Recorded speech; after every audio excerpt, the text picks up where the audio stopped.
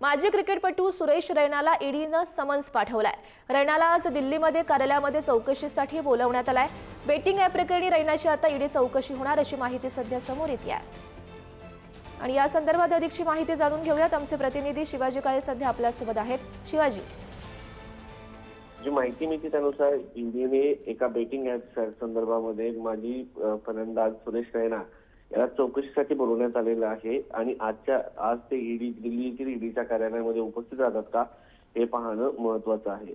एका बेटिंग ॲपने त्यांना 7 डिसेंबरला आपल्या गेमिंग अँबॅसिडर बनवलं होतं आणि या गेमिंग कंपनीची सध्या ईडीच्या रडारवरती आहे आणि स्पोर्ट बेटिंग ॲप असल्यामुळे या सगळ्या संदर्भामध्ये त्यांना चौकशीसाठी बोलवलं आहे।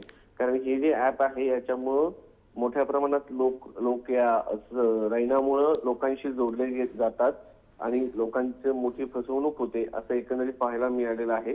मात्र या सगळ्या प्रकरणामध्ये ईडीने ऑनलाईन सट्टेबाजीचा हा प्लॅटफॉर्म आहे आणि याच्यामध्ये लोकांची फसवणूक होते असं सध्या समोर येत आहे आणि अनेक लोक जे आहेत अशा पद्धतीने याच्यामध्ये गळी उतरतात मोठमोठ्या सेलिब्रिटीमुळे।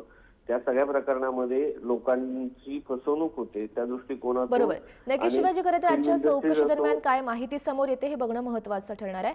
धन्यवाद दिलेल्या सविस्तर माहितीसाठी।